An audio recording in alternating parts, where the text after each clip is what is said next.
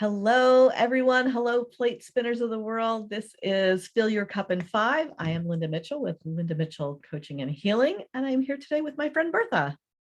Bertha Robinson with Star One Professional Services. Yeah. I'm really looking forward to our conversation today. We're talking about filling the reservoir of resiliency, and we're all born with resilience. It's something that I see it as a gift, it's something that's innate. It's thinking of that elastic if you can pull an elastic, we have that stretch to us. And when life presents us with a challenge, we're able to stretch to meet that and overcome it. And if we don't, we learn from it. But there's a lesson in both ways, whether we've overcome it or it continues to repeat. What do you think? That is so true. We are, born with that resiliency, that just human trait, right?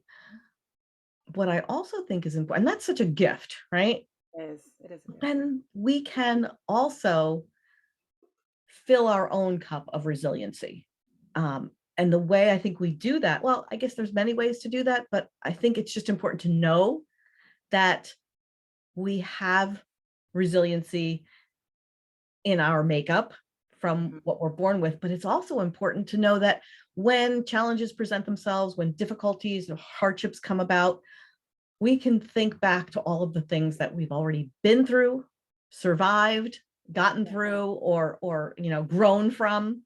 Mhm. Those challenges, difficulties, whatever you want to call them, have created more resiliency to Yeah. add to that innate bit that we begin with, right? And so Yes.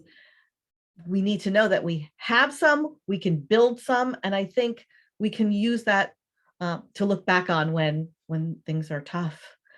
But isn't it also really important to find ways to fill our cup, Yes. to If I fill could that? add, I'm sorry, if I could just add what you were just saying, Linda, in terms of going back and thinking about what we've experienced already, and it leaves a memory in our reservoir. Yes. The thing is, we have to remember it's there. And we tend to remember the negative and forget the wins. And Hmm. overcoming those situations is for sure a win. Yeah. So to remember and to go back and know that there's a little drop of something from our last experience in our reservoir is big for us to know that it's still there.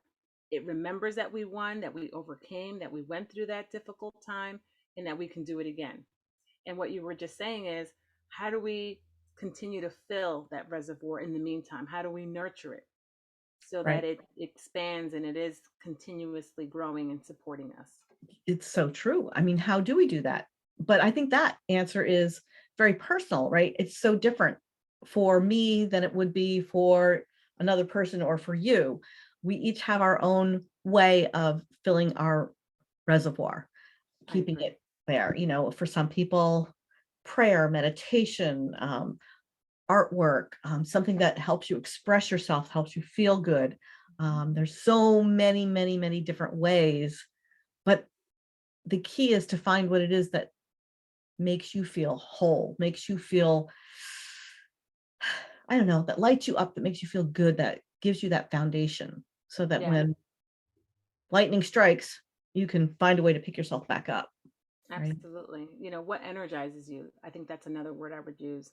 For some, it's all of the above that you've mentioned, or some of those. Some people just working out, going for a run, going for a walk. If I think about, I'm reading High Performance Habits by Brendan Burchard. One of those habits is, your energy. You've got to have that high level of energy. And doing what we do on a daily basis, we don't take the moment to refill. Yeah. And like we talk about, fill your cup in 5.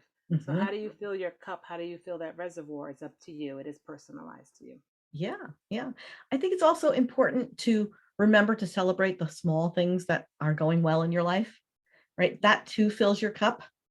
Because Absolutely. when we know and like you just said, we're so good at reminding ourselves of all the things that are going wrong. Our inner critic is really always on, right? But what if we stop and say, have I focused on the things that are going well? You know, I do some practice in the morning. My morning routine consists of naming at least 3 wins, 3 things that have gone well the day before, because what we focus on expands. So we want to remember the good stuff, right? It just Mhm. bolsters you for, it bolsters your reservoir for the times that things are a little tougher. Absolutely. And I start every day with prayer early morning, and it's about a practice of gratitude, being Yes, grateful for what I've been giving and honoring what the day will bring me today. I So love that. that's critical for me.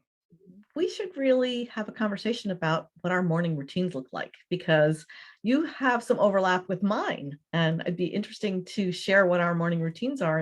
And I'd love to, be able to give people ideas about what they might add to theirs. I'd be happy to. Yeah, sounds really cool. All right. Well, this has been great. Thanks so much for Well, sharing. until next time, same here. Thank you, Linda. And thank you all for listening and coming in to fill your cup in 5. Always do. Have a great day. You too.